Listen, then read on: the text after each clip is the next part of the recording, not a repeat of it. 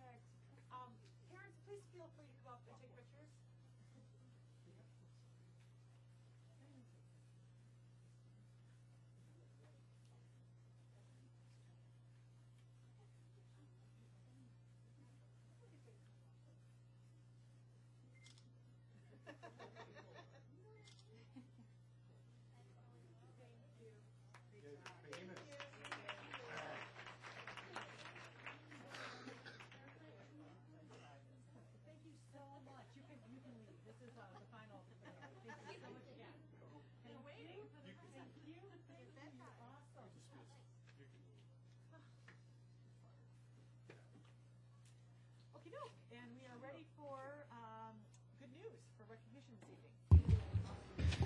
We do have a recognition this evening, so Lori, would you come forward?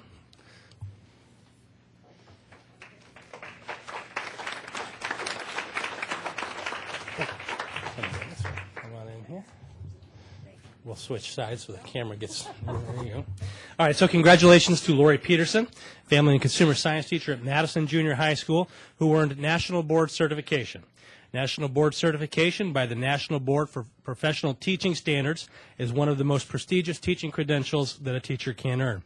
Those who achieve the status of National Board Certified Teacher have met rigorous standards through intensive study, expert evaluation, self-assessment, and peer review. So to date, about 75 teachers who are currently employed by District 203 have earned National Board Certification, and they join the 82,000 teachers throughout the country who have achieved this mark of excellence. This is a significant accomplishment for any teacher, and we're proud to welcome Lori to the ranks of National Board Certification in our district. Congratulations, Lori. Great.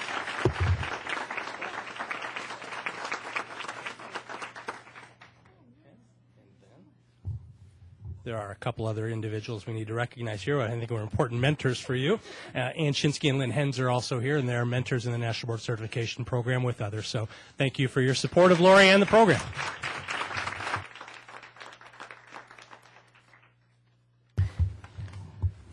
Thank you, and congratulations, Lori. And you have one more piece of cards. I just had one other good news item I wanted to share with the Board of. Actually, I have two. I'm going to save the second one for an introduction for a presentation in a little bit. But one other piece of good news I wanted to share with the Board of Education is one of the privileges of my job is the opportunity to visit our schools. And one of my visits last week was at Steeple Run Elementary School. And while I was there last week, I had an opportunity to visit several classrooms where I saw many strands of our mission statement alive and well. And I wanted to report out on this because as a result of Future Focus, one of the things that really rose to the top was just how strong our mission statement is and that it drives everything that we do. So I wanted to share some of the exciting things that I observed and the collaborative work that was going on between some of our 2nd and 5th graders. So thanks to the leadership of Steeple Run's reading specialist, Dr. Paula Hellberg, students in 2nd and 5th grade are demonstrating their ability to be community contributors on a global level. Their project seeks to engage Steeple Run students in service learning, which will create for them opportunities to create authentic text, which will enhance their own learning, as well as students who are learning in Uganda. What they're working on together are creating books, digital books, that will be sent to students in Uganda.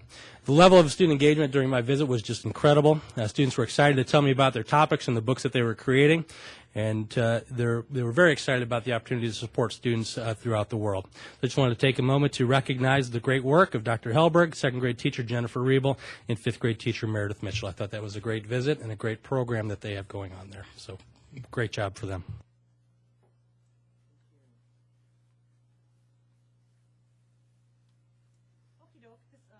Sorry about that. This is the time in our meeting for public comment. I don't have any slips. If anyone in the audience would wish to speak to us or speak to the Board of Education, if you're an individual, you have 3 minutes, and you're representing a group, you have 5 minutes.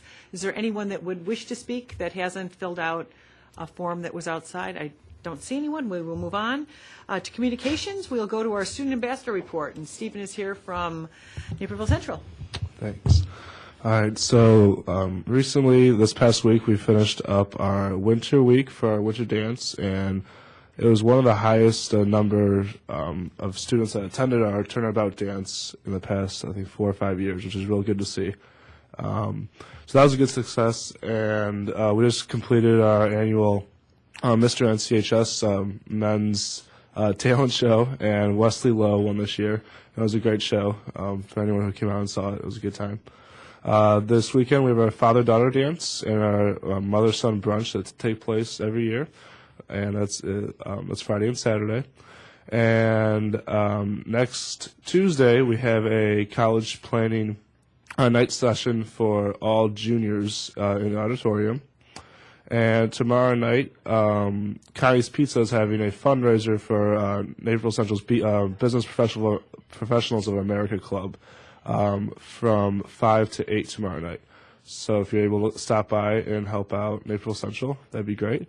And last week, our second-hour teachers surveyed students and found that 80% of our students are involved in either an extracurricular activity or a sport, and 80%. And I just thought that was a great number to see so many students involved, but we're also still pushing for everyone to get involved in our school. But I thought that was a significant number, and just want to share it with you guys. Besides that, everything's been good at Central, and yeah, thanks. Thank you so much, Stephen. Appreciate it. Written communications in board docs. You're welcome to peruse that. And next item, would be our superintendent staff school report, please. Great. So we know that in our district, well, we've just recognized one and thanked 2 mentors in our district. We have a phenomenal staff, great teachers who come up with great ideas. And the great ideas really can come from anywhere at any time. And in order for us to leverage the incredible talents of our staff, to inspire the idea of creativity and bring forward new ideas in our classroom that we think will make a difference. Beginning last year, we introduced what we call an innovation process. And this process is intended to create an encouraging environment, offer support to staff, ensure that pilots and projects that we take on in our classrooms are aligned to the district's mission, and to ensure a governance process exists to appropriately secure the resources that we need to ensure these programs will work. So this year there have been several new projects piloted in our schools thanks to this process, and tonight we're going to share one of them with you. But before I let Mr. Wood, Mr. Hoff, and their esteemed colleagues come forward for their presentation, I'd like to share some exciting, great news. Not just good news, great news. Some that resulted really from this innovation project that these teachers brought forward. So a video created by students at Highlands and Mill Street schools is a finalist in the first ever White House Student Film Festival. And a team of students from Mill Street and Highlands School, and there are teachers, Mr. Wood and Mr. Hoff, will travel to Washington, D.C. for the festival held February 28th at the White House. So we're extremely proud of the recognition and the work that these students have already been recognized for, and we're hopefully that their trip to D.C. to show off in the White House in front of a national and important audience will go very well. So really the intent of our presentation this evening was for Mr. Hoff and Mr. Wood to highlight our innovation project, but also to now celebrate the wonderful accomplishment of their work and being recognized at the national level. So congratulations for your work, first of all, and now we're excited to hear about your project.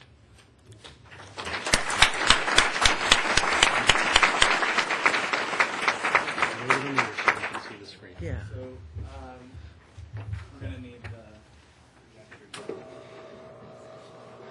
And also, if you happen to use an Apple computer, if you wouldn't mind just closing the lid on it so I don't accidentally activate anything on yours. That'd be great. We're going to start with an overview of this whole innovation process. And the White House video really is a good place for us to start with this, because the White House video was created by students, and it is essentially a dramatization of our entire pilot. So it gives us a good overview of everything that we've been working on for the last year. So to begin, I'm Chuck Hoff. This is Kyle Wood. I'm from Mill Street. He's from Highlands. We're super excited to be here. We were excited weeks ago when we were invited. What you're going to see is evidence of all this work that we were putting together, and this opened up so many doors. I'd be remiss in not introducing our students. We travel very, very well. So the whole back room is Mill Street. We have our 5th grade students. Please raise your hand. Yes. Yeah, come on out. Come out in the middle. And you can, after our presentation, please ask them questions. Come on, let's go. And also, I've got 2 representatives of my art staff who have been coming up. If you two, Emily and Jesse, if you want to come up along with everyone else. These are some of the students that really were largely responsible for the entire project. And then here's our White House group here, the 11 4th graders that were part of our half of it. So yes, any of these students, please approach them after this presentation. We'll get them in front of us or in back of us and ask as many questions as you can fire. They're ready. They've been peppered back at school, so they're well trained. Okay, a little nervous, but well trained. So thank you. Go ahead and we'll go off to the side. You guys could have a seat so we can actually share and see all the great stuff you've been doing. Like I said, I'll lead with this video because it really shows the mission in action.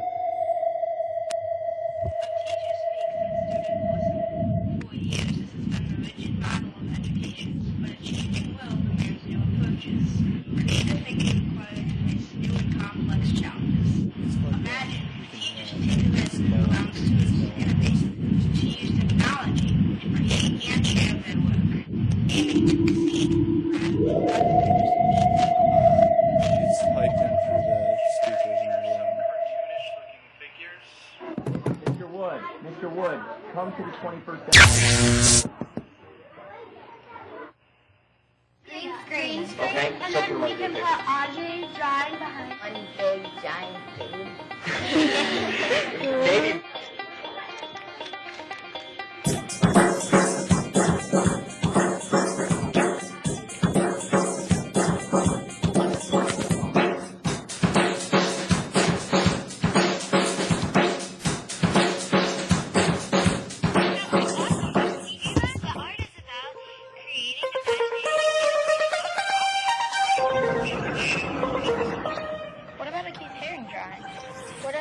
a splatter painter.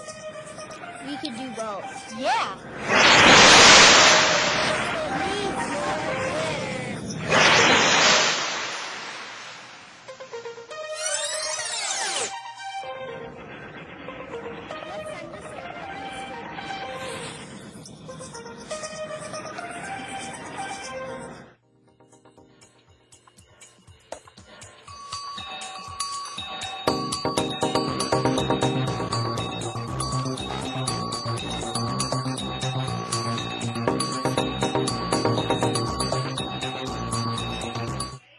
Okay, guys, check out what Mr. Hoff just tweeted over to me. I'm going to put it up on the smart board.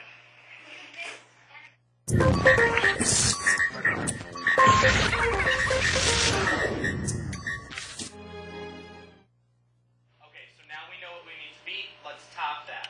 Go.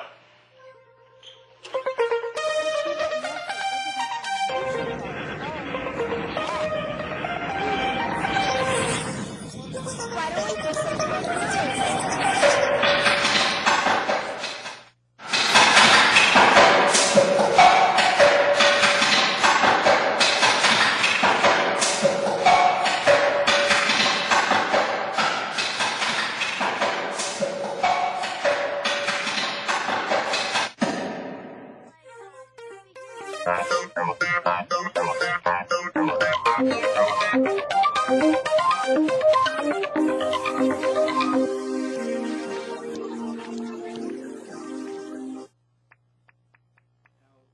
Unfortunately, we had a few audio issues with that.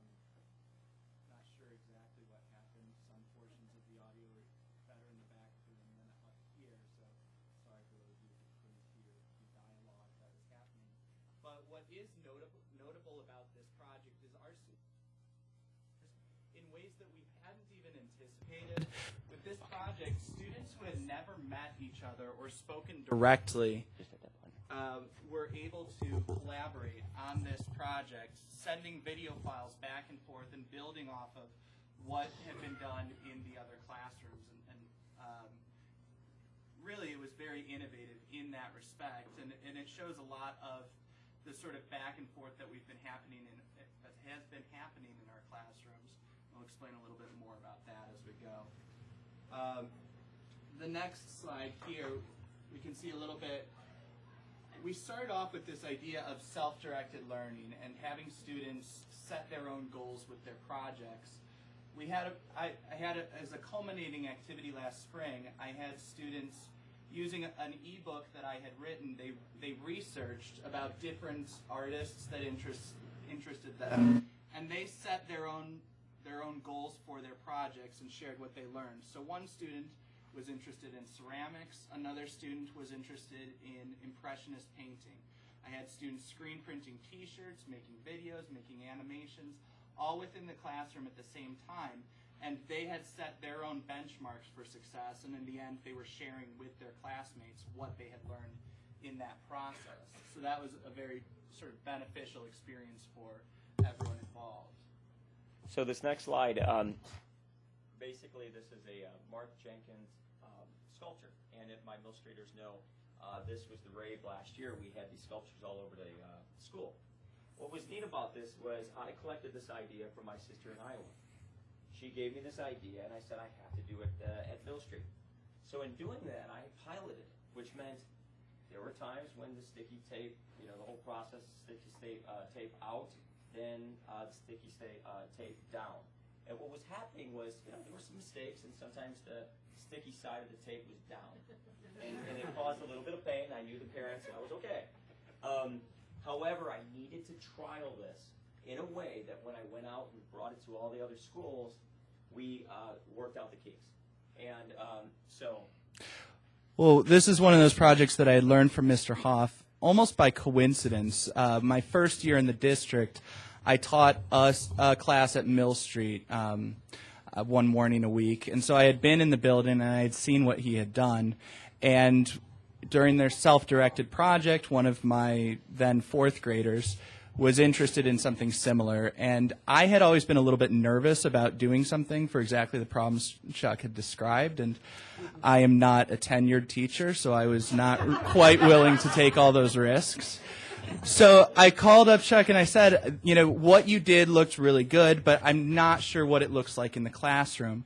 Well, because of this innovation project and because we had, our equipment synchronized and everything to the same iCloud account, he was able to make that video, and within 24 hours of the request, it was in my classroom being shown to a student who then took the idea to embed colored cellophane within it, and it became part of the Highlands tradition of the big 5th grade project that's installed in the school. And we took it and made it our own in a new way, but we picked it up and learned from our peers at another school. Now, part of this process has also been Chuck and I drawing off each other's strengths. We've been video chatting a little bit at the introduction and conclusion of certain lessons. So this was taken this year as, I believe I took the lead on this one, introducing animation to both my class and Chuck's class at the same time. And then at the conclusion of that project, we were able to see some of the animations that happened in both schools and see and learn from the diverse approaches taken by students in the different buildings. You're going to see basically two perspectives. You're going to see it both in his classroom, and you're going to be able to see kind of these perspectives and what the students were doing. They were extremely engaged. When I was on and teaching, I noticed that not only my students were tuned in, his students were too. It's a fluid environment where he was observed during this process. We have a system where we have a parent in the room every day called the watchdog. A father figure comes in. So I was very comfortable with him observing that. So this is what my students might see through the camera lens. And again, very powerful. And we're, basically spontaneously sharing ideas. And one moment happened last week where I was working with Ranchview, and we were going off Kyle's lesson. And to keep it very brief, his lesson was wonderfully done. We were sharing his lesson to other schools, and the students stood up and they were talking to each other and said, I was afraid to make a mistake. I was afraid to fail. And it was a moment that was witnessed by a parent in the room, and you said, that's exactly why we're doing this. Is to have some uniformity and have some people feel the same things. And I guess also, since Chuck has previewed a little bit with what we're doing this year, that lesson that I had taught that went over to Mill Street and to Ranchview, we've got 5 schools at this point involved in that. And at the same time, 5 schools coordinated doing the same lesson. And we've now got a shared presentation to show how that was interpreted in 5 different elementary school classrooms, which has been really interesting to see shape up. And now into the video.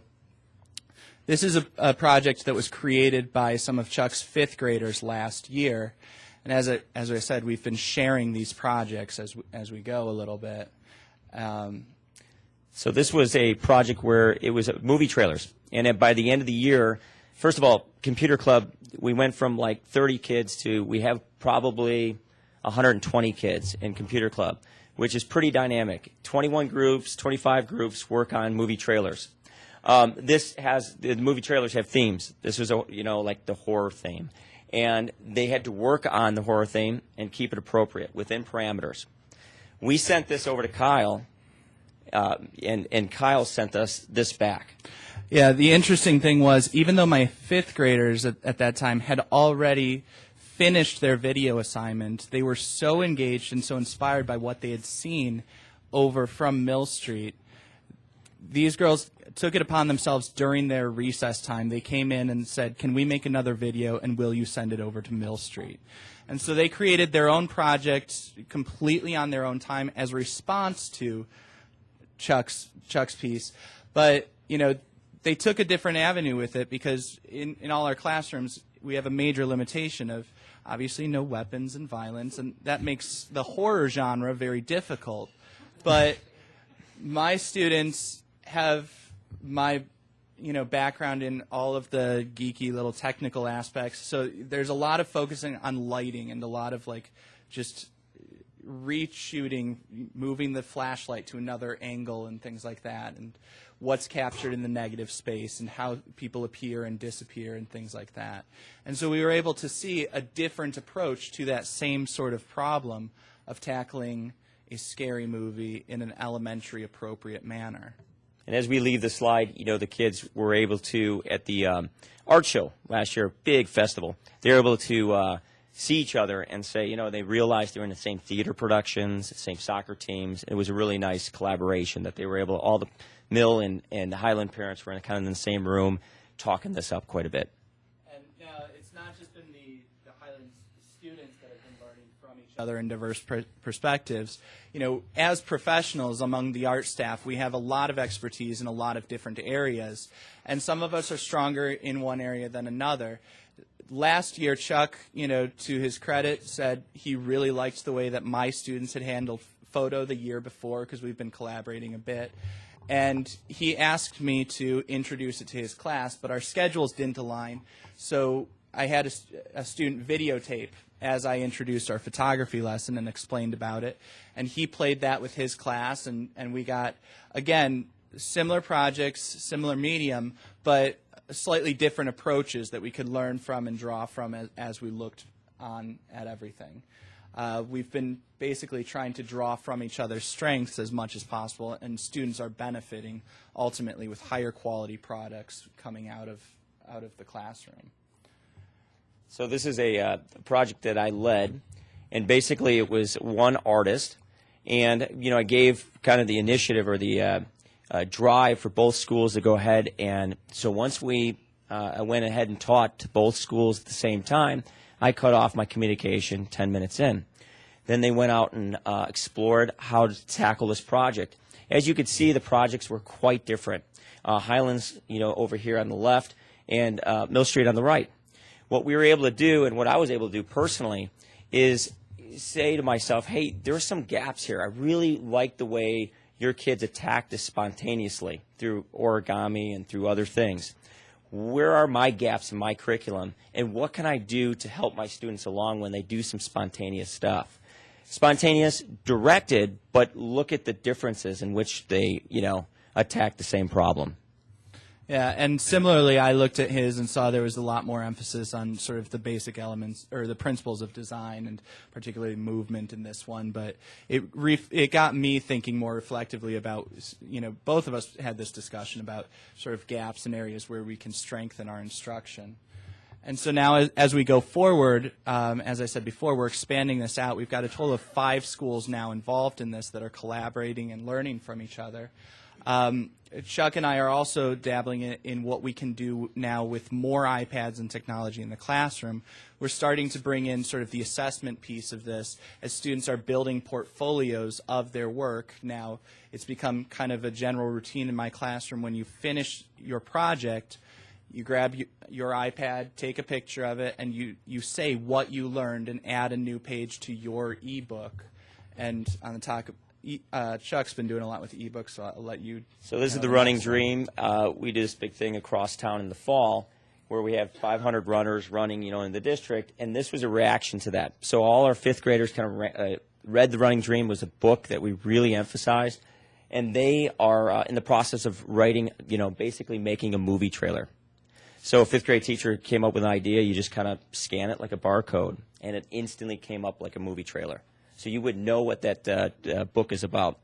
Exceptional idea. We have those creators in the back here, our 5th graders, and they're very comfortable of, you know, crossing over from art to, you know, reading, from art to other disciplines, and connecting that.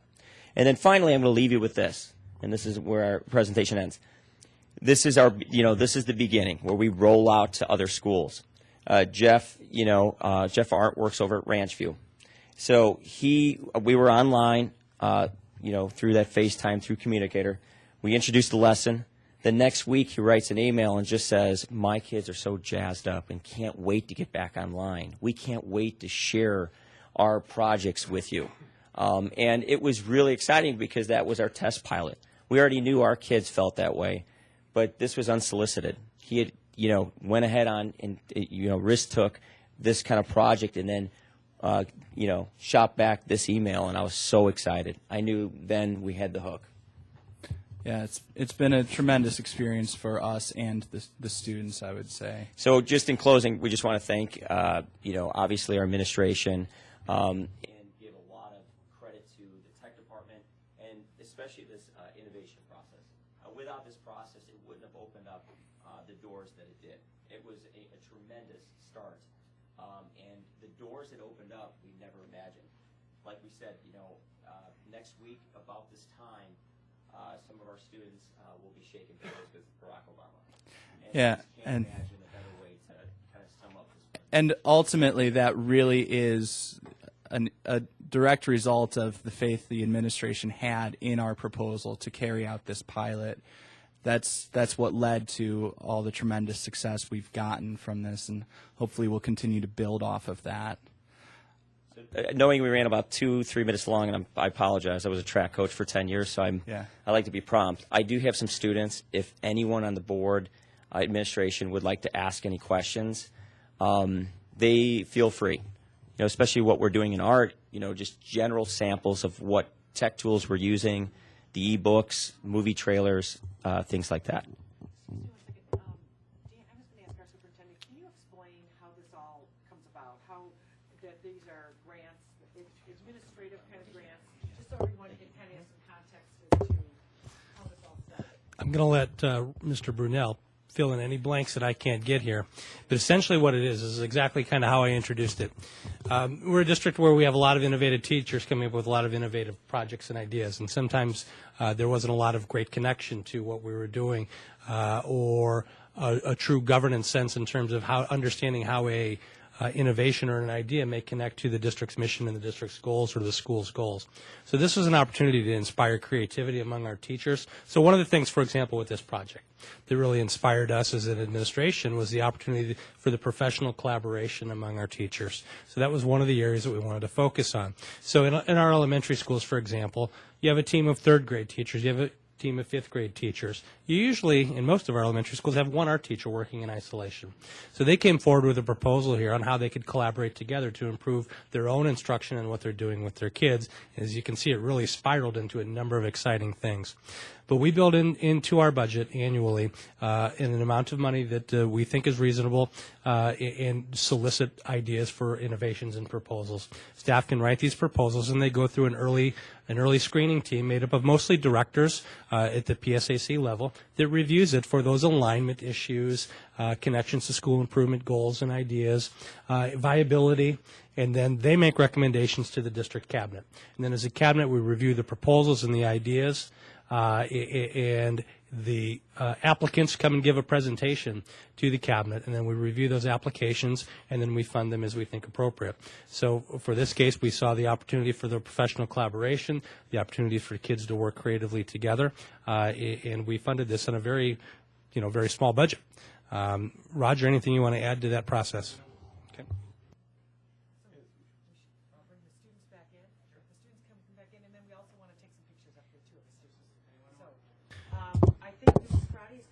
Any questions? I actually have a question for the teachers. Sure. So where does this go from here? That's a good question. Or am I putting you on the spot? I should be asking my superintendent that. No, we've put a lot of thought into where this goes from here because, last year we were fortunate enough to get our pilot approved and funded using just the two of our schools, and we see this being a sort of phased rollout to other buildings and hopefully eventually spread to all of the elementary schools in the district.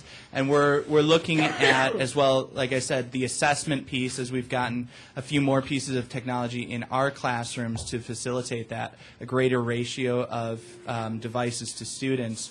We're having students create portfolios that show off their work. Like that drawing up at the top there, that's a fourth grader's drawing. Wow. That is one of my fourth graders' drawing.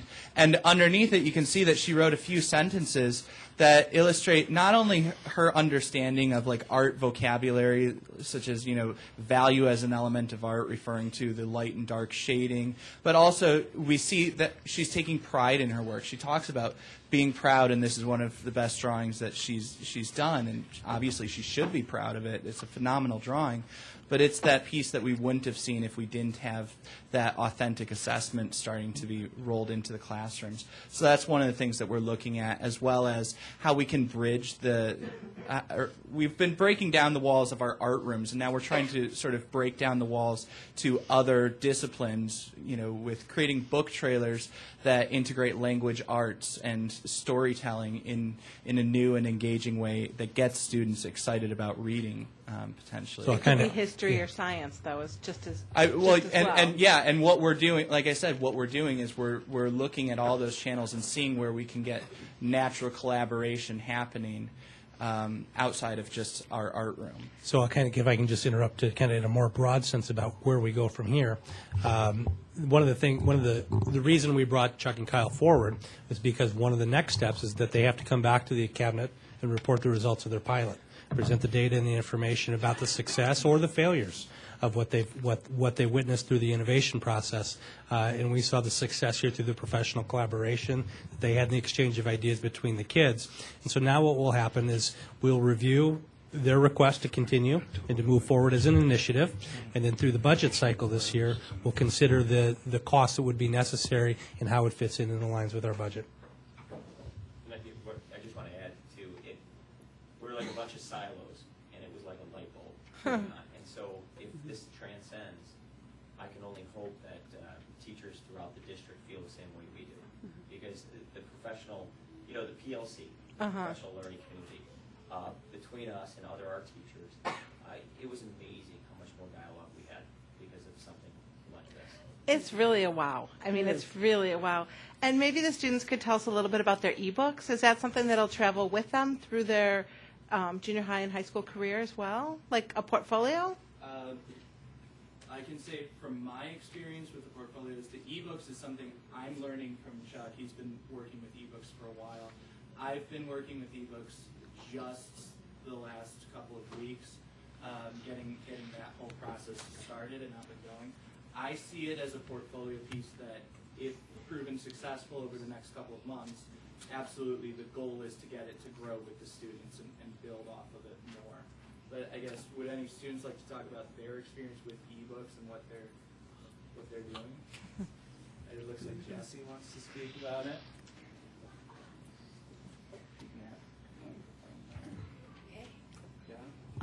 The ebooks are really easy to use, and so there's a little like plus sign at the top, and where you can decide if you want to add a picture, you can draw on it, or you can type. And so what we were doing is you pretty much get to control how you want to represent what you did with your artwork. Well said. That's great. Thank you for sharing so much. Anyone else want to talk about their experience? Students? That's okay. That's okay. We saw a beautiful video of all your work. Any other questions? That's okay. I just wanted to say welcome to all of you. We're so excited that you're here, and we're so proud of you. We're so excited that you get to go to Washington, and it's really exciting to see you here. And to both your teachers, I want to express my appreciation as a board member from the district, but also as a parent. My kids are lucky enough to be a part of this program. One of them is here, but they've been lucky enough to have Chuck. So as a parent, I've been able to see it as well. So your teachers outlined a lot of neat stuff that we talk about here all the time, about working together, collaborating with one another, and doing it online. We've been talking about that for a month, and this is such an exciting way to see how they can work together online. But I wanted to ask all of you, what do you think? What has been the most exciting thing for you about collaborating with the students from a different school? Anyone want to say? Well, we get different ideas from each one, like bounces back and forth, like creating different like objects out of the whole idea. So you have an idea, and then they give a little bit something different that makes you think, and then it goes back? Kind of like a competition. Yeah. Okay. Competition is good. Like the White House video before, we were just making it for fun, and we were actually being prepared for disappointment, but now here we are. I know, it's so exciting. I saw over here. Claire, anyone need the mic? Like Ashley said, I agree. We throw back ideas and we just make it a one-of-a-kind experience.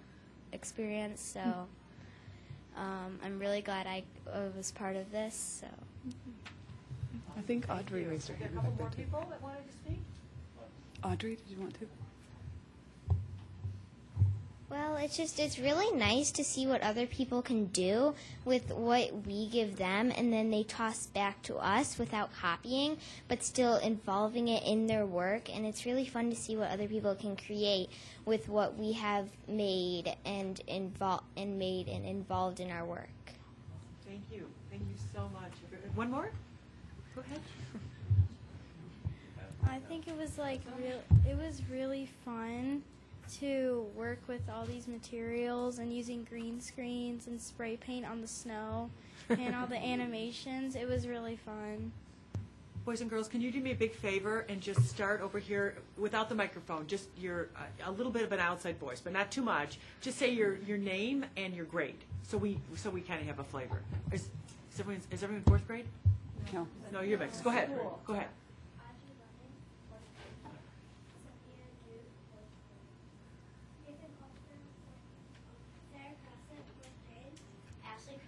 Fourth grade. Ray Adoshi, fourth grade. Olivia Reese, fourth grade. Sharon Doshi, fifth grade. Garrett Dane, fourth grade. Simon Rossi, fourth grade. Claire Jansen, fourth grade. Abby Grace, fourth grade. Ocean Natone, fifth grade. Nora Fitzgerald, fifth grade. Danny Crossett, fifth grade. Megan Kavlik, fifth grade. Jessie Barney, fourth grade. Emily Villazon, fourth grade.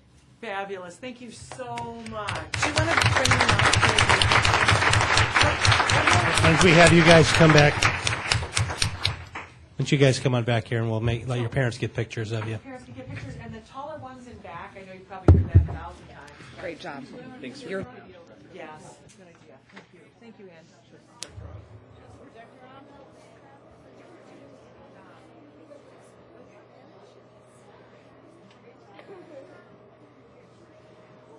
And we need our teachers, but we just need the projector. There we go. We need our teachers. And parents, please feel free to come forward and take pictures. Keep going. Front row, slide on down. Yep.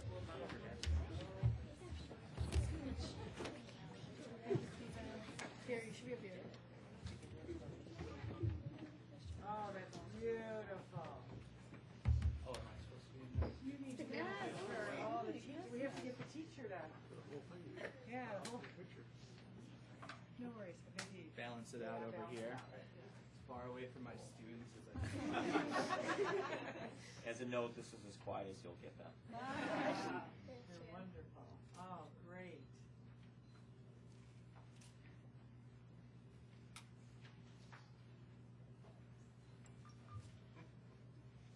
Thank you, parents, for coming. Thank you so much, students, teachers. So, congratulations. Great job. Thanks for making us look good.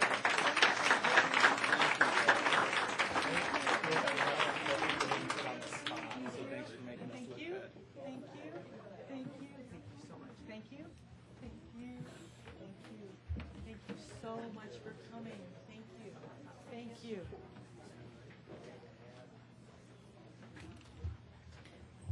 Thank you, family, so much. This was a wonderful, wonderful to see all this evening, and we'll wait for everyone to get on with their evenings. There's more. You're welcome to stay, but we understand you have busy evenings. Where's everybody going? I will say that Mr. Kaufman, you have your work cut out for you here in this next report. How many go to Washington? 2 2 teachers and 5 kids. Oh, gosh. That's Okie doke, well, I don't know who's going to follow that, but. Oh, yeah, good luck. Good luck. This is just as exciting. I tell you, this couldn't be more exciting. This couldn't be more exciting. We've gone from the most art innovation project to the review of updated 5-year financial report from the Citizens Finance Advisory Committee, and the room has cleared. So no we'll, offense, Brad. just a quick introduction here for Mr. Kaufman, but as you would imply from the title here, Mr. Kaufman's going to provide the Board of Education with an updated 5-year financial report, 5-year financial forecast. On Monday, February 10th, 2014, the Superintendent's Citizen Advisory Committee met to review an updated 5-year financial forecast. The role of that committee is advisory, is to assist in the development of the district's long-term financial plans. Participants on that committee come from varied backgrounds, including accounting, banking, investing, law, and also healthcare. And we look to them in their backgrounds and their expertise to provide valuable insight to us in developing the assumptions that we use to develop our long-term financial outlook. They also serve as a bit of a community focus group when preparing our annual budgets and considering other factors that may influence our financial situation.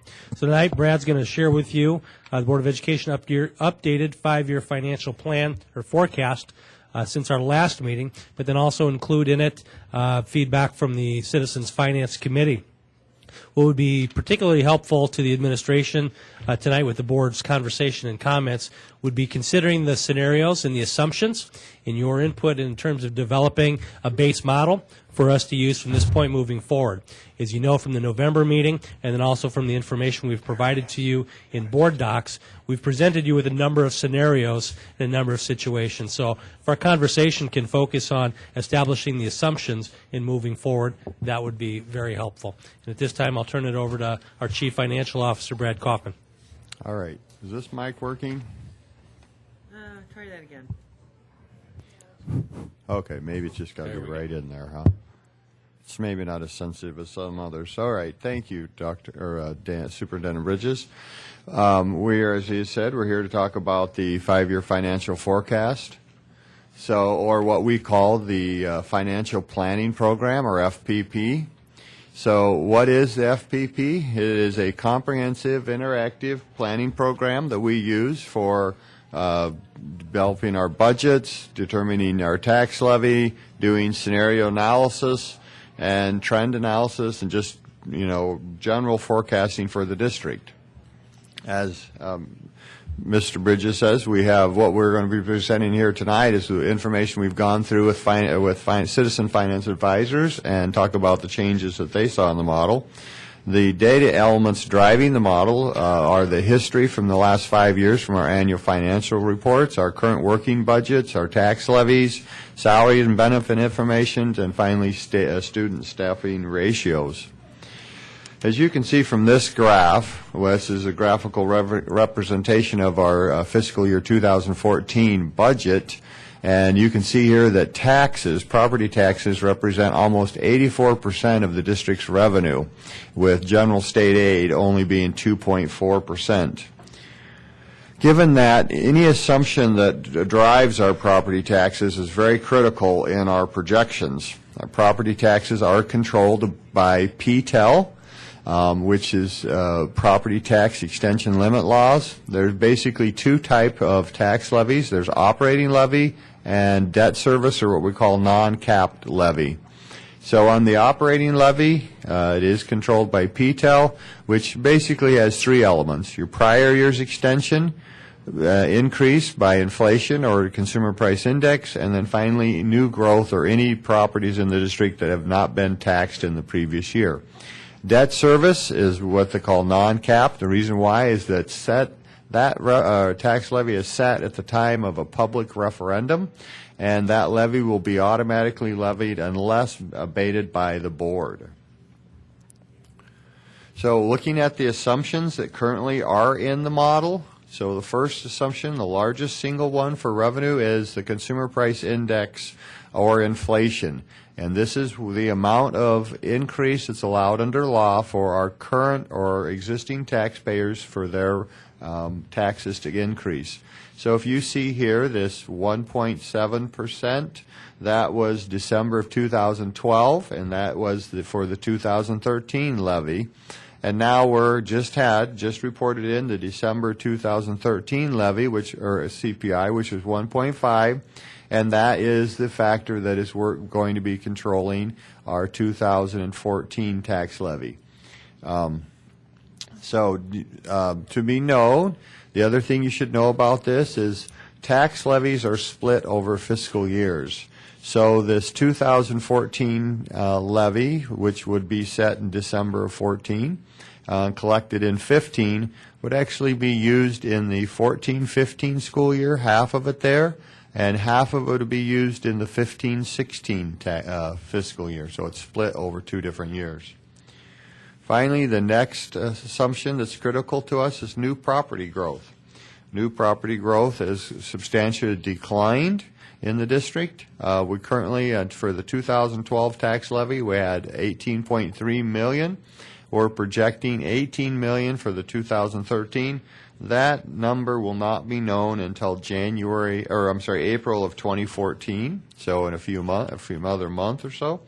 But at that point, we will make any adjustments to the model. Finally, as far as other local revenue, we are corporate personal property replacement tax. We're holding that assumption flat. Same way with all other local revenue, we're projected that to be flat.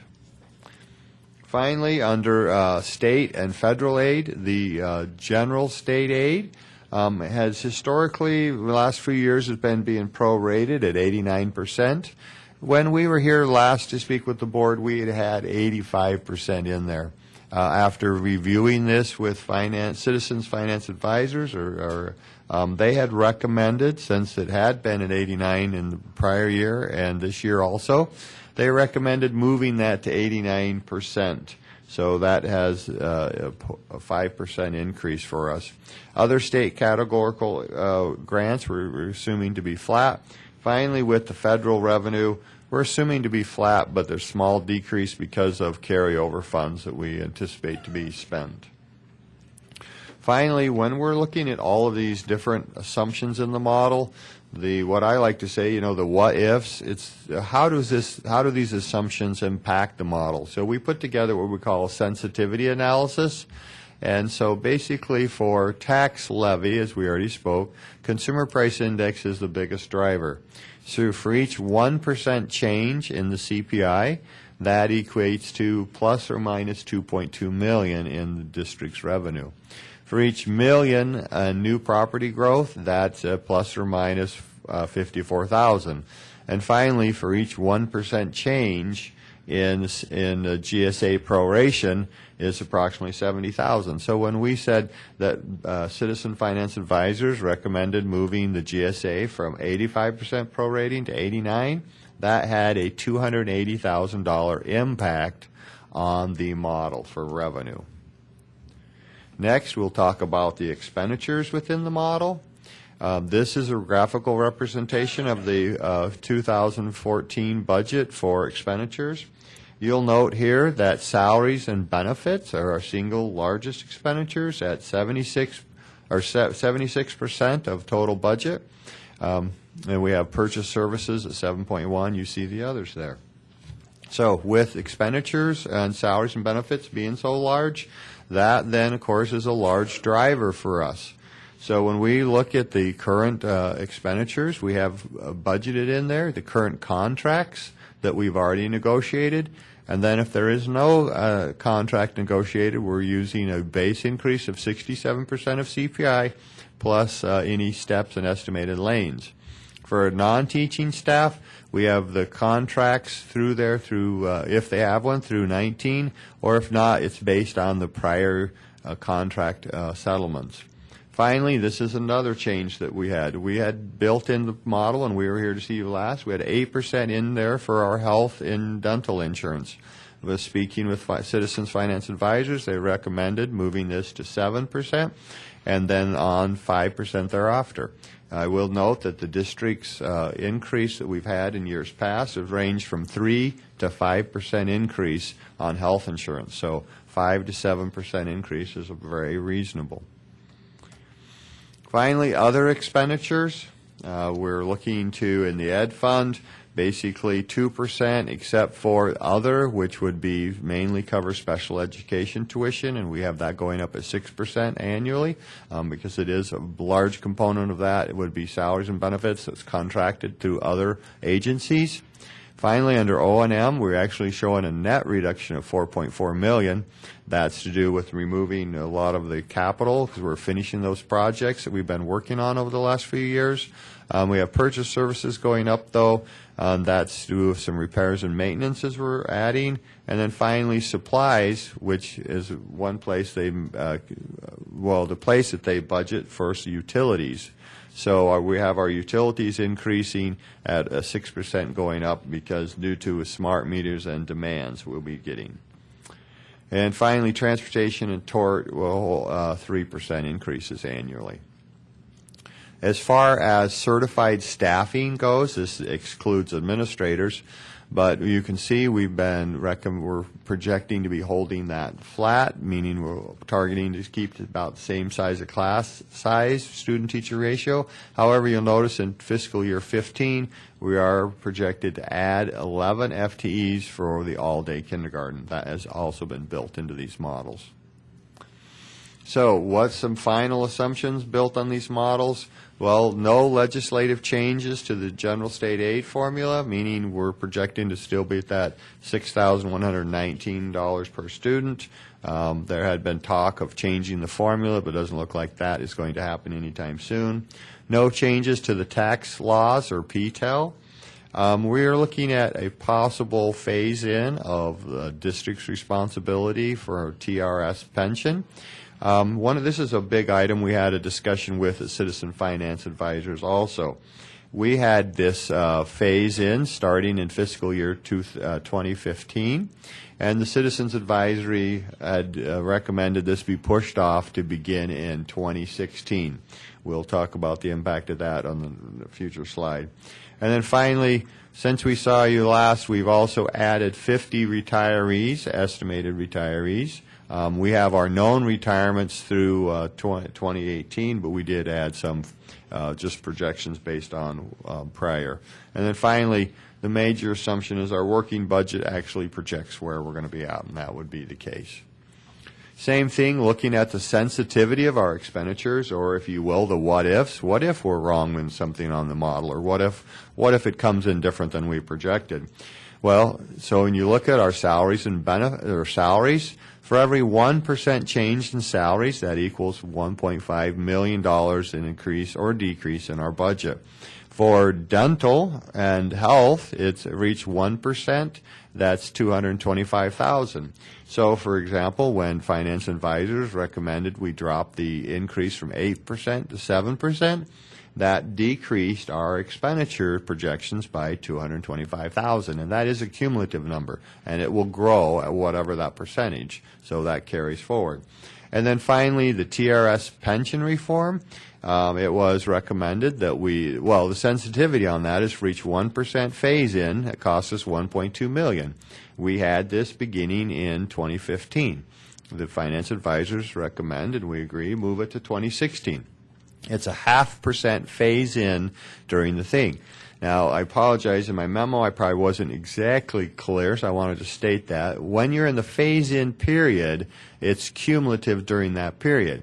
So by shifting off 0.5%, that would save us $600,000, and then it rolls and it continues to build, because until you reach the full, where we'd consider the full phase-in, and in that case, then it's just the marginal amount thereafter. So it does be quite a big factor for us on this analysis. All right, these numbers are small, but this is in your packet also. So basically, I want to just very quickly review the base model that we had from the prior meetings. So in the base model from our prior meetings, we had in there, you see here on this other financing sources, you see there's nothing in there. So that means we projected no tax abatement. So right here, this number. And with all those other assumptions that we had previously talked about. The critical things, you look out here in 2019, we were projecting a small deficit, and we were projecting ending that year with about $31 million of cash reserves prior to early taxes, or about 10.76%. And as you know, the board has a policy that should remain above 10%, which is why we have our excellent bond rating. And this is a graphical representation of the whole summary of the thing. The red line is our actual fund balance as of June 30th. The individual bars represent the individual funds. And then finally, the blue line represents our cash reserves before taxes, before May taxes. And so that should always be more than 10% according to policy. When we apply the changes, and I just want to reemphasize the changes that was talked through on citizen finances, they recommended moving proration from 85 to 89%, which increases revenue. They recommended decreasing health insurance from 8% to 7% and then 5% thereafter. That decreases expenditures. They recommended pushing back the TRS pension shift for 1 year, which decreases expenditures. And then finally, administratively, we recommended 2 additional changes to the model. The first would be on our tax collection. We had in the model initially a tax collection rate of 99.4%, meaning leaving a 0.6% for uncollectibles. However, that's not been the case. We did a look-back window of 4 years and found the average collection was 99.9%. So we've updated that in the model, which also increased our estimated revenue. Finally, the other major factor we looked at was our return on investment. In the model, we had been very conservative with a 0.1%. Currently, we are earning about, well, on some investments, 0.25, other investments, recent investments, 0.3. So we're projecting going forward we could get a 0.5, a 0.75. Finally, by 2017, we think we could be back up to 1%, flat thereof, not knowing what's going. That has an impact on our revenue. Factoring in all those changes, then we put together a new model, a new base model we'd like to get your input on tonight. Basically, here again, though, this model, if I can get my little clicker to come back, it has no tax abatement built in. You see, we do have abatement in 2014, which is the 2012 tax, which was abated. And then finally, you can see if we go clear to the far right, we're projecting surpluses throughout those times, and we're projecting to end the fiscal year with just over $55 million in cash reserves, or 19.45%. You can see what each of those assumptions, while they might be minor in each one, when you cumulative them together, they have large effects, especially over multiple years. I can't emphasize that enough. When you start adding, multiple years, they really start to have an impact, long term. So with that, here's is a graphical representation, but the bottom line, we would just like to get some input from the board on this latest assumption changes. So with that, I would turn it back to the board. Questions or comments on the assumptions as Brad's just presented them? So thank you, Brad, for all your hard effort on changing and constantly updating it.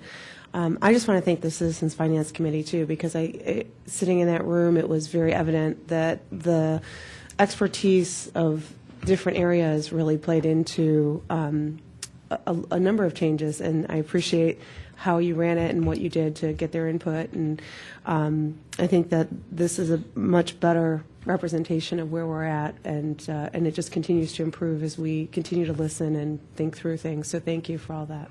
Right, and I just might say, I apologize for not saying that first, but the Citizens Finance Advisors, it was an excellent meeting. They provided very meaningful feedback. I really enjoyed working with them, and I should thank them too. They had a lot of input into this current model.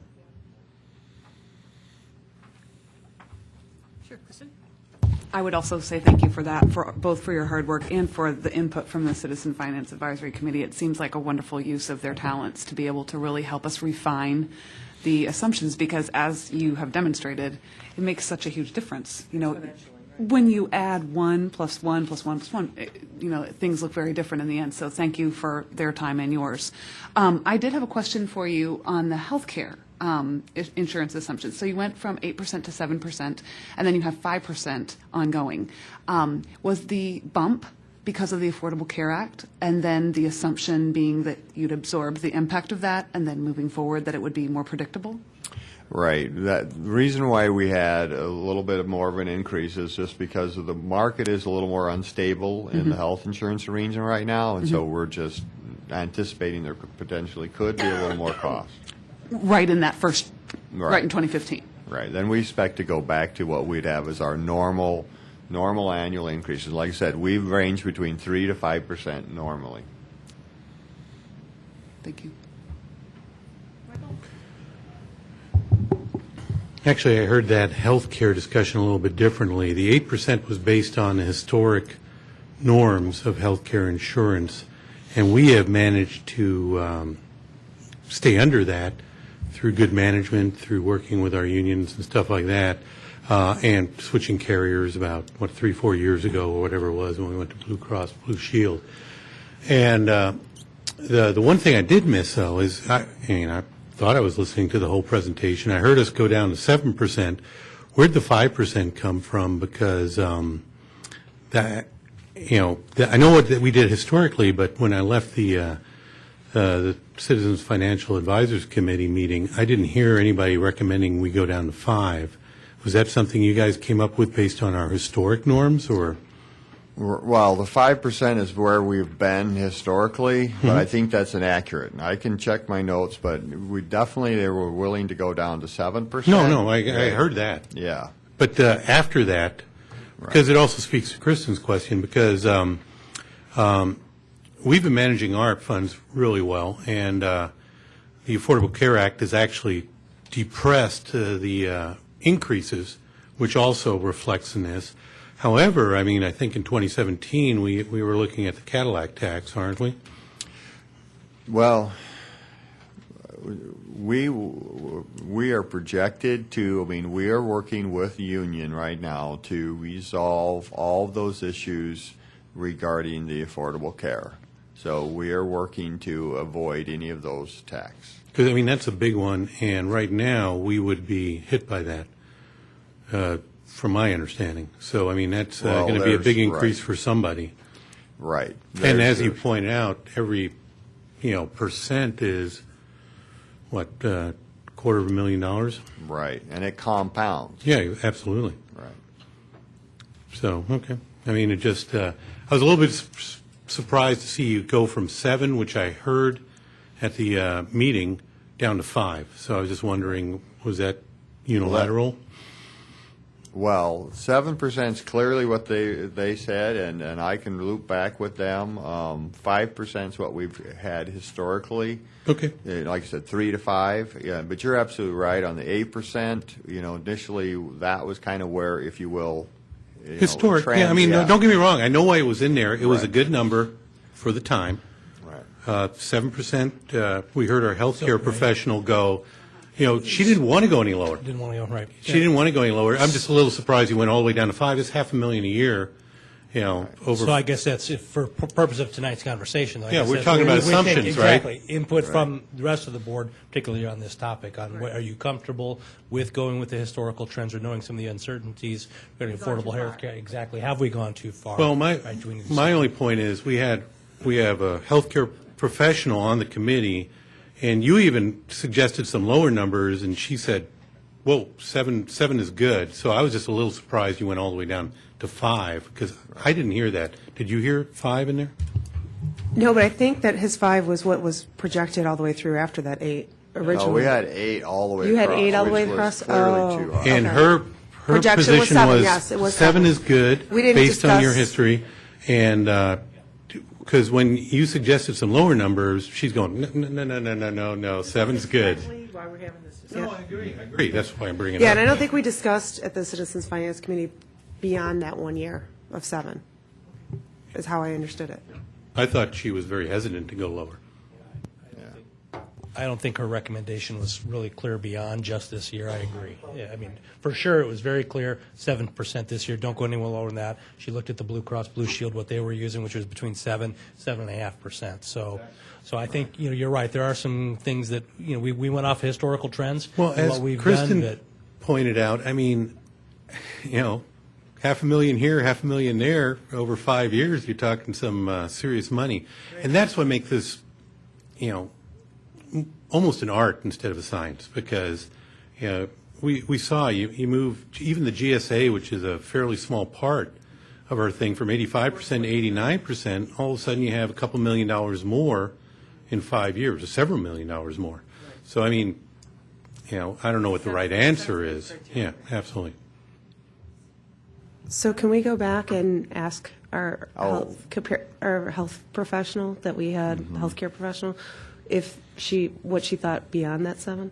Absolutely. Okay. And I should have mentioned that. We have another meeting with Citizen Finance Advisors for Tuesday, February 26th. Huh? Wednesday. Wednesday. Thank you. It's on my planner. That's the most important thing. And so we will be going back because, we'd made all these discussions, but, we didn't change the model real time with them. And so we will go through all these. We'll come back. We'll take your feedback, go back, go through it all, and then solidify on a model that everybody feels comfortable with. And that will be the model that we'll use for making decisions moving forward. So what we're doing, just to explain, we're trying to get to a best case base scenario. If we get all these this criteria, all these different pieces work out, that's going to be the base model, and then from that we'll do all these what ifs. Right. Absolutely. Awesome. Thank Perfect. you. Any other comments about the base at this point? Are there any other factors you're looking at in terms of adding into the base model besides these ones that you've looked at for now? I know at one point you had talked about enrollment. Does that factor into this at all, or no? Yeah, it does. The last piece that we're really working on for the model will be the enrollment and staffing. Both of those are going to come together almost simultaneously. We have Mr. Ross and Mrs. Kitty who's already working on the staffing. And so we will have those things coming together with our enrollments, and we'll be applying that into the model too. Yes. So I just want to make sure it's not our best case scenario, it's our best fit, because that's a different thing statistically, right? Because a best case scenario would be, not as conservative or something. Right. Best fit, best fit. understanding Okay. what we know. Right. Okay. Yeah, the best set of, the best known information, I guess. So I guess just for clarity then, so we've made some changes from the initial base model, changing the general state aid from 85 to 89. Is the board comfortable with that change? Keep that change in? What is that? What has it been for us? And for how long has it been at 89? Last for 3? Yeah. Okay. 3 years? So you're looking historic. Okay. ISB has requested full 100% funding at general state aid in their budget. Governor hasn't given his budget speech until the end of March, so we really won't know until they work from there. Okay. So health insurance, we're going to go back and get some further guidance from our advisory group members on clarity about long-term, 7%. Board's comfortable with the change for sure from 8% to 7% the coming year. 5%. Okay. Pension shift, cost shift, we don't anticipate being applied for this coming year. The talk in Springfield is that there would likely be a cost shift, perhaps something attached to pension reform in Chicago, maybe a separate bill on its own. So there is still quite a bit of conversation. So my recommendation is that we keep it in our model, but we bump it a year not to be included in next year. Comfortable with that shift? Okay. And then the two other changes that Brad built into the model, the tax collection, looking at the historical data, bump that up just a little bit. And you can see the impact on that was about $680K for every levy year, 2014 and forward. Comfortable with that adjustment? Okay. And then for the second one was the investment rate of return. Now that was adjusted from 0.1 to what Brad has presented to you, 0.5, 0.75, and moving out. Are you comfortable with that? It had been, I think, in previous years' models as high as 3%. Interesting enough, out of these different revenue ones, this is actually one of a pretty large lever for us. So, you know, we're still, I feel, being conservative, only going up to 0.5. But this is quite a generator, you know, for us in income-wise. Okay. So what we'll do is I'll have Brad rebuild a model based on the assumptions that we've agreed to tonight, bring that forward to you, and I'll speak to that on a later agenda item on why this base model will be important for your conversations. If there's any other questions. Any other questions for right now? Just one quick one that I would ask you to bring up, especially with our experts, is the Cadillac tax, as they call it, the excise tax on high-value health care plans comes into effect in 2018, which is obviously in our timeline, and it can be pretty significant. Right. So, and I'm 99% sure we would qualify. And I understand we've been able to work with stuff before, but the cost is going to go up for somebody. Right. So I think that needs to be, and I just wanted you to make sure you address that with our experts. Okay, will do. Good point.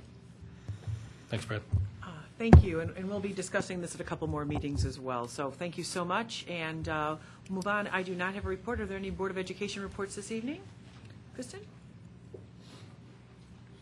I just wanted to report for the board some progress on the resolution that we had worked with Glen Ellen 41 on that was adopted by the Illinois Association of School Boards at the Delegate Assembly in November. IASB prepared legislation that would draft into law our changes that we had suggested in our resolution, and at their request, we worked with our legislators to sponsor this legislation. So Senator Mike Conley, who is one of our senators, has sponsored the legislation in the Senate, SB 5840, and Representative Kelly Burke has sponsored the legislation. She represents Evergreen Park, actually. She has sponsored it in the House, House Bill 3407.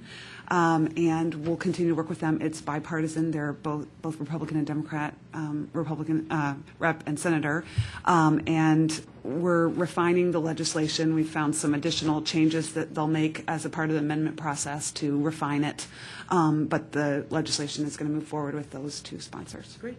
Thank you. Thank you for the update. Okey doke. I will turn the next section over to Terry because I'm going to our monthly reports. I'll let you start. Okay, the monthly reports are included in the agenda. Are there any questions on those?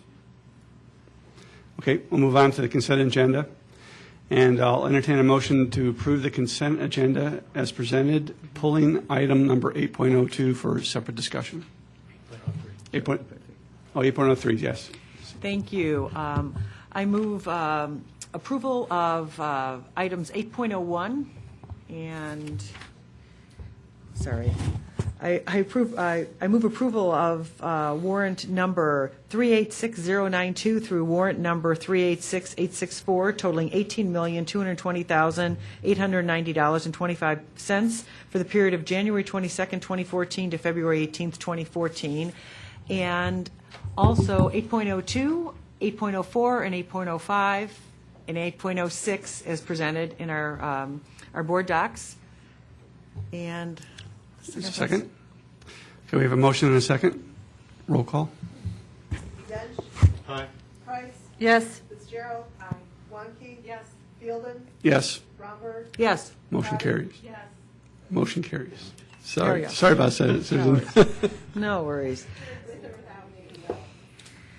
Okay, I would like to, item number 8.03, as amended in closed session, I move approval of the severance agreement and general release for Dan Velisek, I always have the accent, Velisek as amended in closed session. We need a.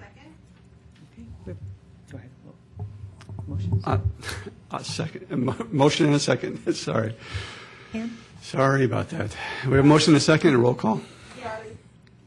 Fitzgerald. Aye. Fielden. Yes. Price. Yes. Dench. Aye. Wonky. Yes. Romberg. Yes. Motion carries. Motion carries. Sorry, motion carries. Great. Thank you so much. It's always easier when somebody else is doing it. When you have to do a quick move, it's a little more difficult. So thank you so much, Terry. And that completes our consent agenda. And we will move on to a couple of items that are discussion without action, so we'll discuss them at the next couple of meetings, and debt service tax levy. Okay, this particular agenda item will be the first of 3 meetings where it will appear on the agenda. It'll come back for you on March 3rd for further discussion and potential action, if any, at the March 17th Board of Education meeting. Purpose for tonight really is to review the timeline for your conversation, provide you with background information that you need to inform you to make the decision. So if there's additional information that you may need, one of those things would be our base financial model and financial projection. So now that we've agreed on assumptions and moving forward, we can build the assumptions and then come back for further conversation. You can look at financial models based on those assumptions. So information is provided for you in board docs for background. I would like to add into the timeline there that Brad has. So we'll discuss tonight and discuss it all on March 3rd. But also, as Brad indicated during his earlier report, we do have a Citizens Finance Advisory Committee also scheduled for Wednesday, February 26th. So, Brad, I'll let you go ahead and speak to this. Okay, thank you. As soon as the projector switches across.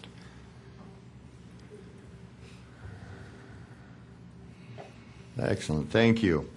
And thank you, Superintendent Bridges. I definitely want to emphasize as we talk about this timeline, I apologize for not putting on there, but we will be meeting with Citizens Finance Advisors one more time on that Wednesday, and we'll be discussing with them, of course, the solidified changes to the base, and then, of course, the debt service abatement. So this is the timeline. We're here tonight. Can't emphasize it enough. This is the first discussion. We'll be back in March.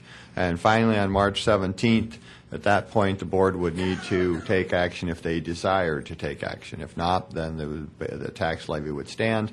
But any abatements need to be filed with Will and Page counties by March 31st. That's the deadline for filing those abatements.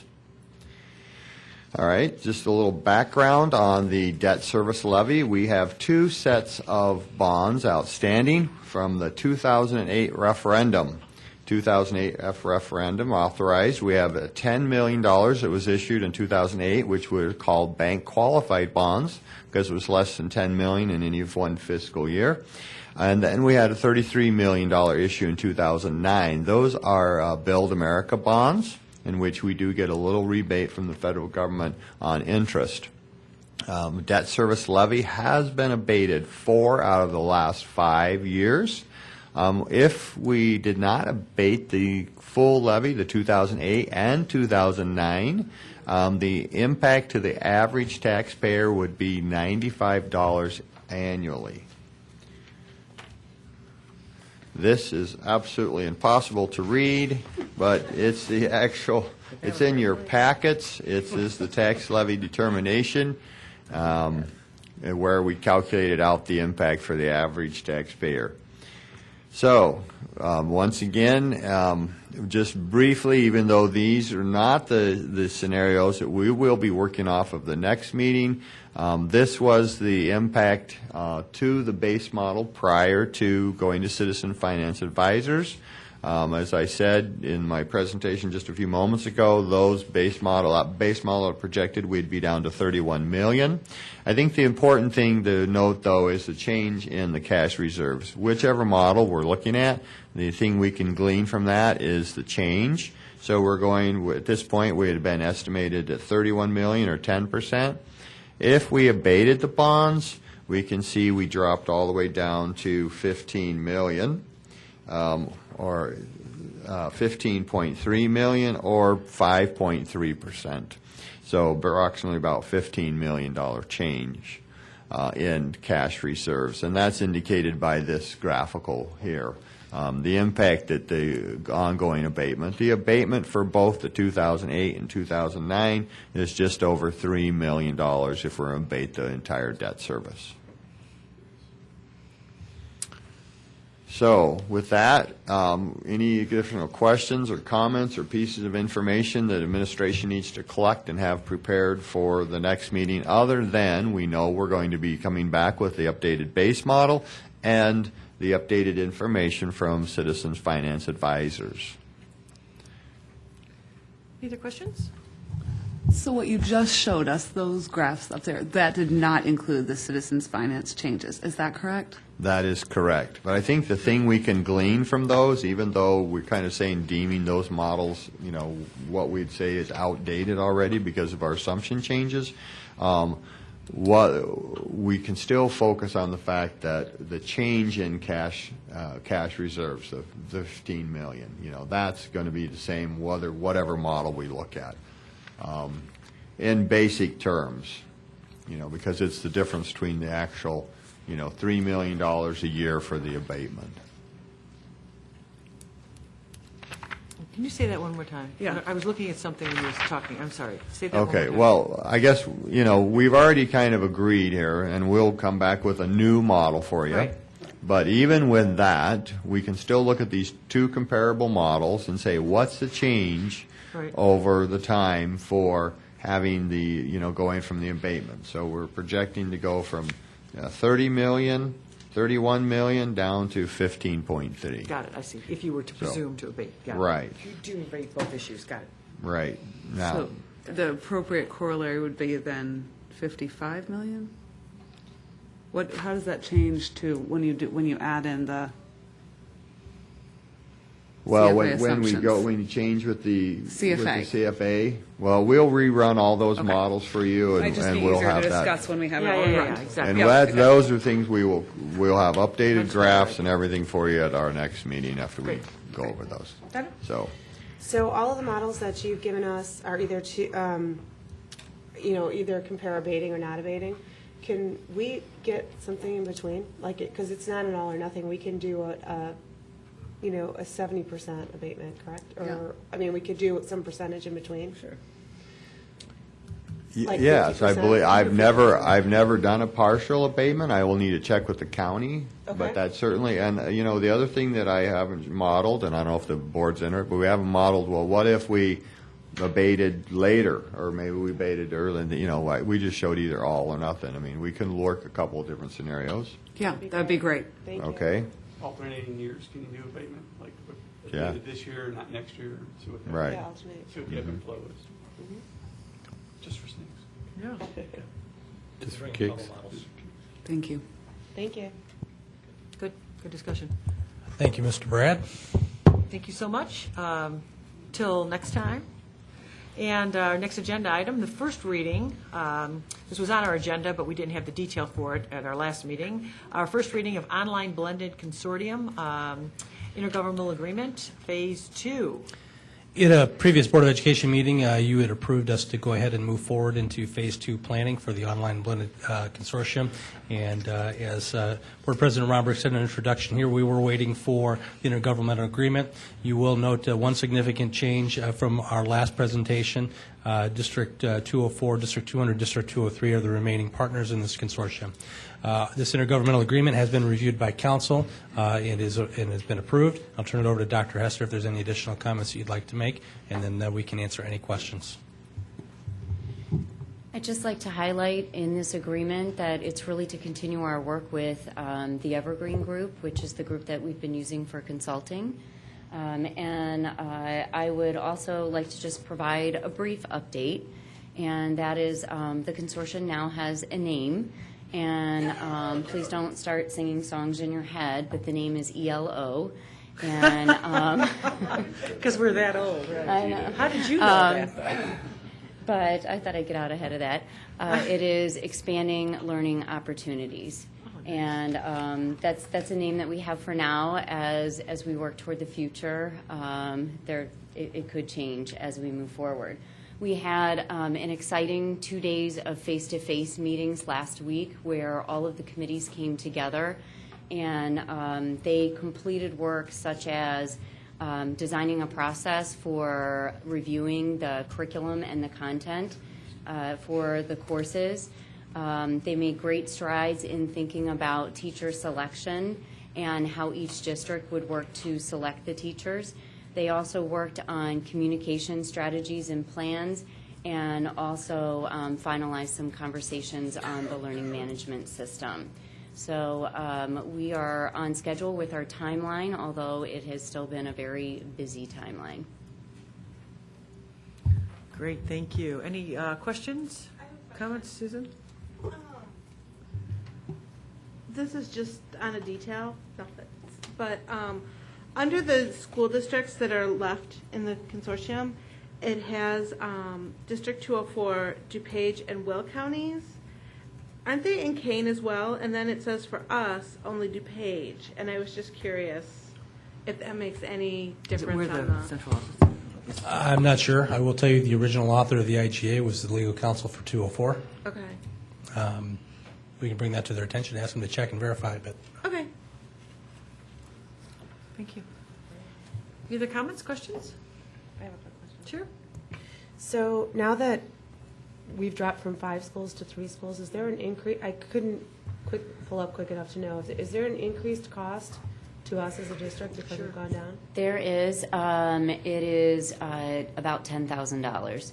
And you might be sitting there thinking, I thought it would be more. And the reason for that is that in the initial investment with the $85,000, there was some overage for that to save. And so what we've done is used a little bit more of that initial investment. Great. Thank you. Okey-doke. And next agenda item is the discussion with action this evening is the 2014-2015 general and optional fees. at our February 3rd Board of Education meeting, Chief Financial Officer Brad Coffin presented to the Board of Education recommendations for optional and general fee changes. Majority of the recommendation were that they stay as have been for the past several years, with the exception of the $10 increase for Ann Reed Early Childhood Center tuition. Also, if you'll recall, Mr. Kaufman brought to your attention several fees that we will be looking at over the next few years to ensure that they're still the appropriate fees. I'll take any questions that you have at this time. Questions? If we can entertain a motion, please. I move approval of the general and optional fees as presented. Second. So we have a motion and a second for the 2014-2015 general and optional fees. Any additional comments or questions? Ms. Bell, please.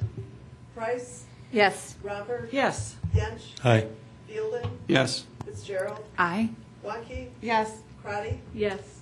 Motion carries. Thank you. Our next agenda item. At our January 21st Board of Education meeting, Deputy Superintendent Kane Osborne presented to the Board of Education a draft tentative calendar for the 2015-2016 school year based on input from a calendar committee comprised of NUA members and a parent representative.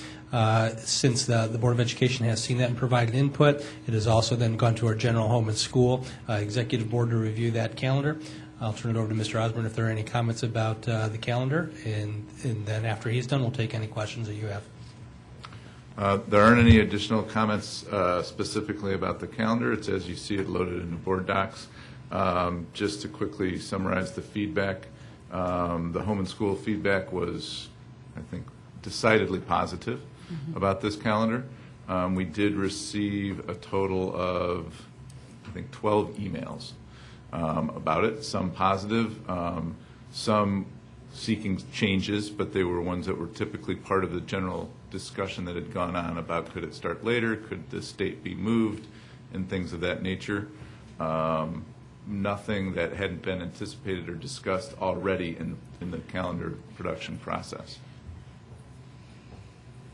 Okay, thank you. Entertain a motion.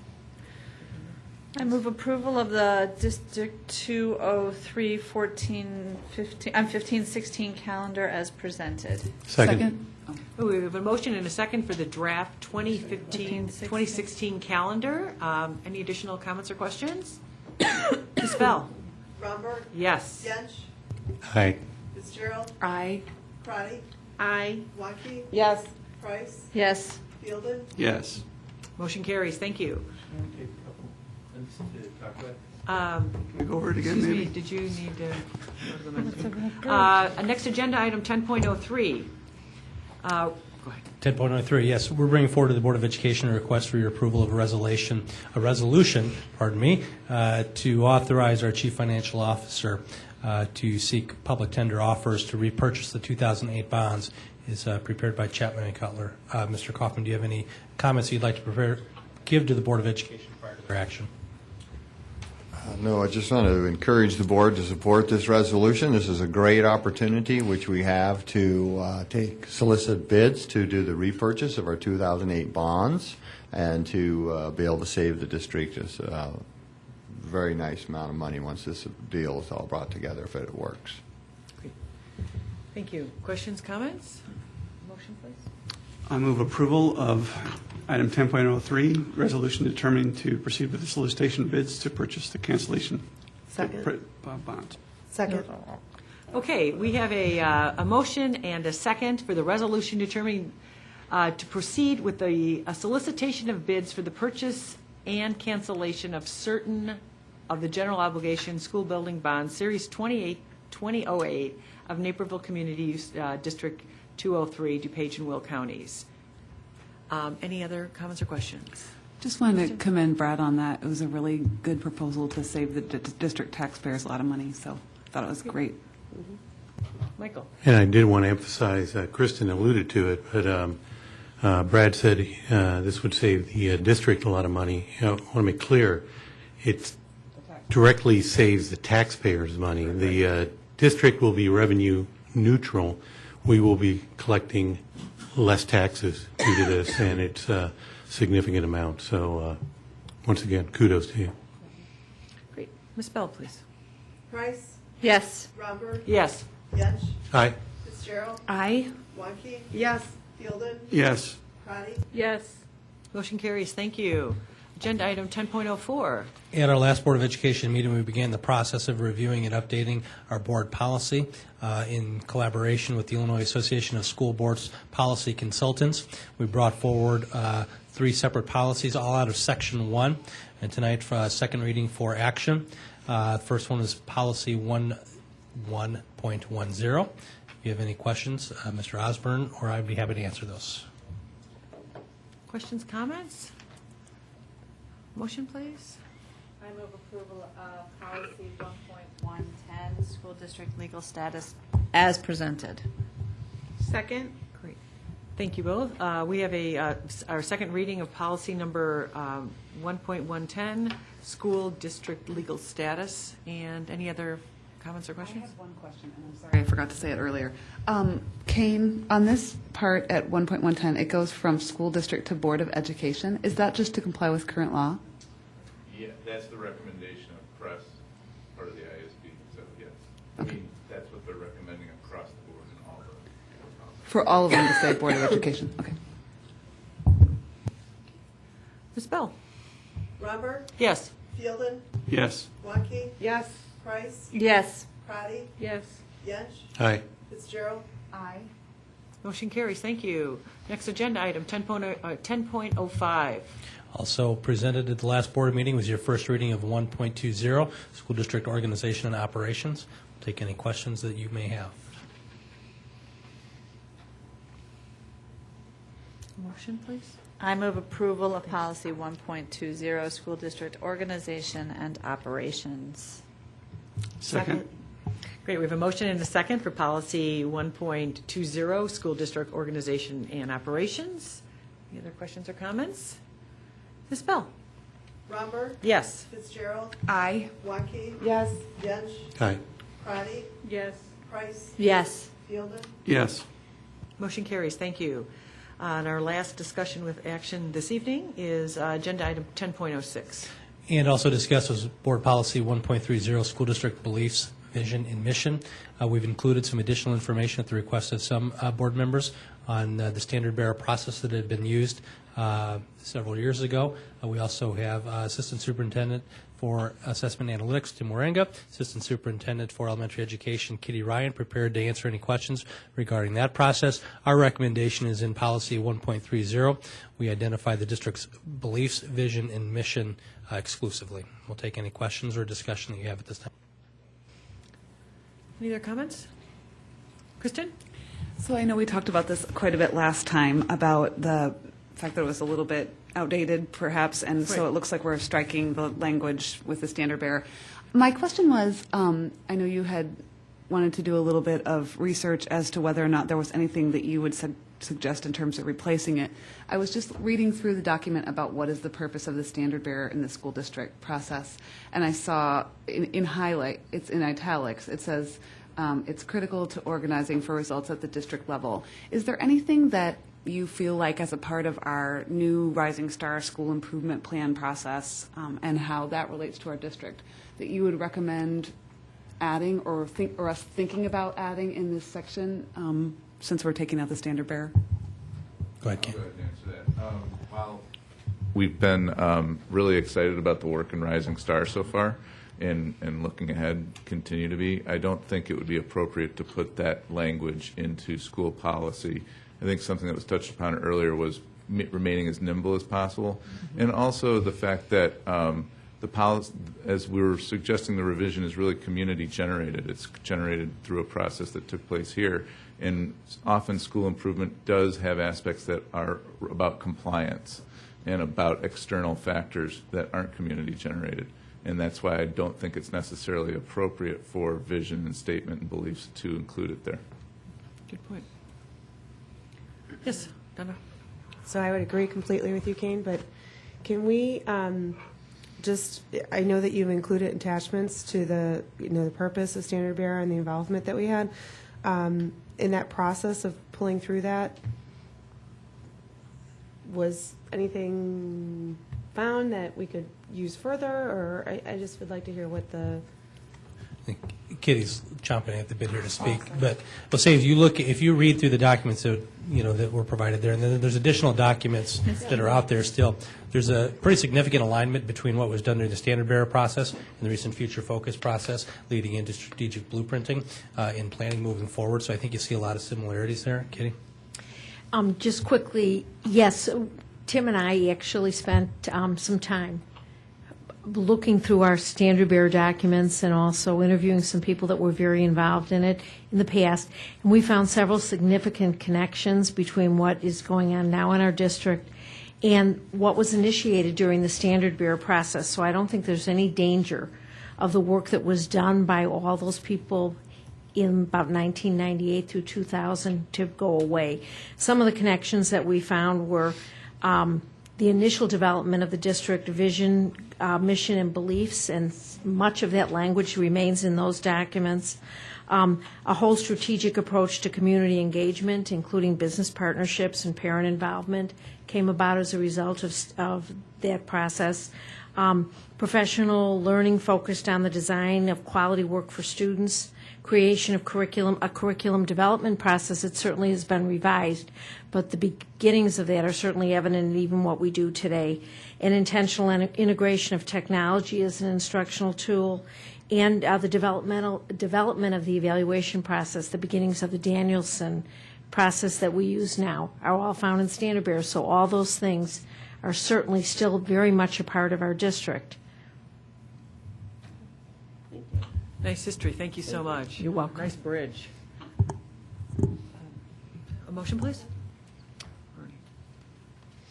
I move approval of policy 1.30, school district beliefs, vision, and mission. Second? We have a motion and a second for policy number 1.30, school district beliefs, vision, and mission. Any other comments or questions? Ms. Bell? Crotty? Yes. Fielden? Yes. Romber? Yes. Wonky? Yes. Yench? Aye. Fitzgerald? Aye. Price? Yes. Thank you. Motion carries. Next on our agenda, we have schedule of events, and I just want to remind the community, our board will be meeting in closed session next Monday evening for a board self-review, which we will commit from 5 o'clock till 8 o'clock, going through things that things we've done, things we can do better together and with our superintendent. So we always are looking for ways, just like our students, to improve. So we're real excited about that, and have our have taken our surveys and got that information back this afternoon. So I ask everyone if they have time over the next week to read through that, and they're to come with a little bit of homework completed with some things they'd like to talk about. And our facilitator from the IASB is very experienced and has worked with us before and does this all the time, and it'll be a productive few hours, I'm sure. So that's next Monday evening, closed session, and we'll ask our board secretary to post that appropriately for us. And any other comments or shout outs for schedule of events? Well, absolutely. Still in the planning processes, but we have Focus 203 planned for Wednesday, March 26th, and Thursday morning, March 27th.